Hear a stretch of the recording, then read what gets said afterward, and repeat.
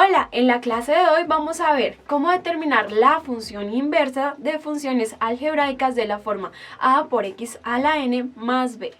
Antes de empezar debemos recordar que una función algebraica es aquella de la forma b de x igual a sub 0 de x más a sub 1 de x por x más a sub 2 de x por x al cuadrado más, así sucesivamente, a sub n de x por x a la n.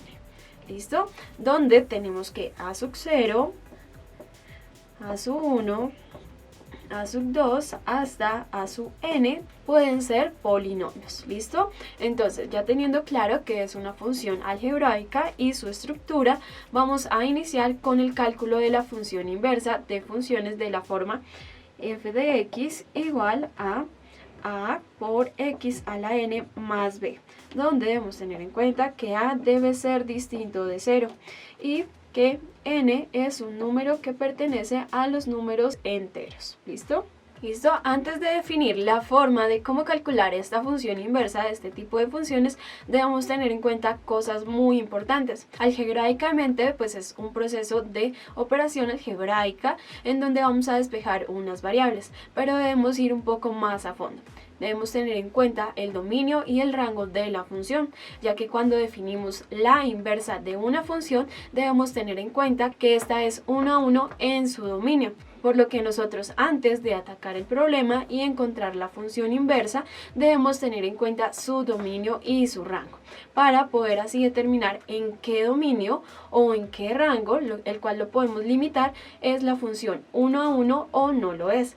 ¿Listo? Entonces, para empezar, este tipo de funciones, f de x igual a por x a la n más b, con las especificaciones que acabé de dar, van a tener su dominio dependiendo de cada una de las variables de a, n y b, especialmente de n. ¿Por qué de n? Porque si n es negativo, nosotros vamos a tener funciones de la forma a por 1 sobre x al cuadrado más b.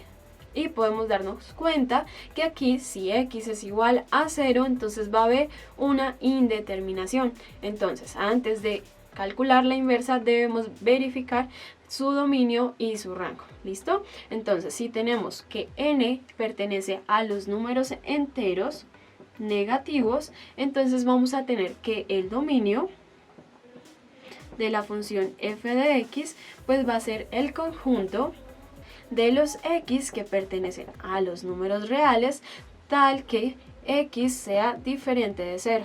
¿Listo? Para el resto de valores en los números reales, estas funciones van a estar bien definidas.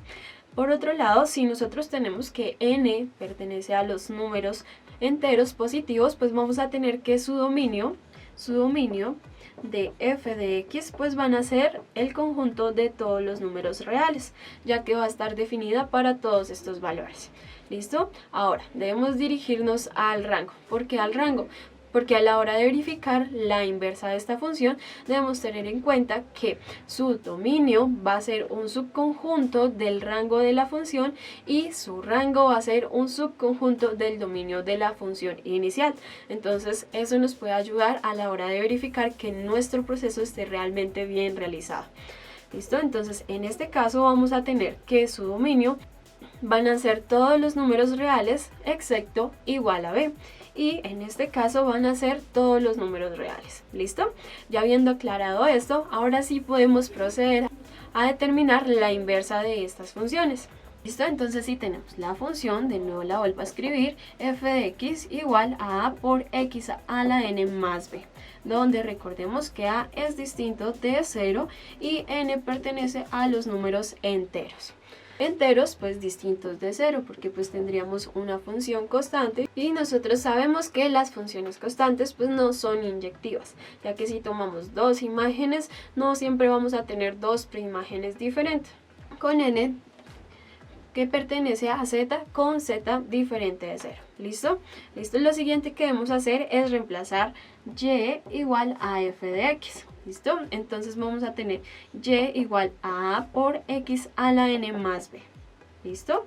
Ahora lo que debemos hacer es despejar x. ¿Listo? Entonces vamos a restar a ambos lados de la igualdad por el inverso de la suma de b, que sería y menos b igual a a por x a la n más b menos b. ¿Listo? Entonces sería y menos b igual, esto se vuelve 0, a por x a la n.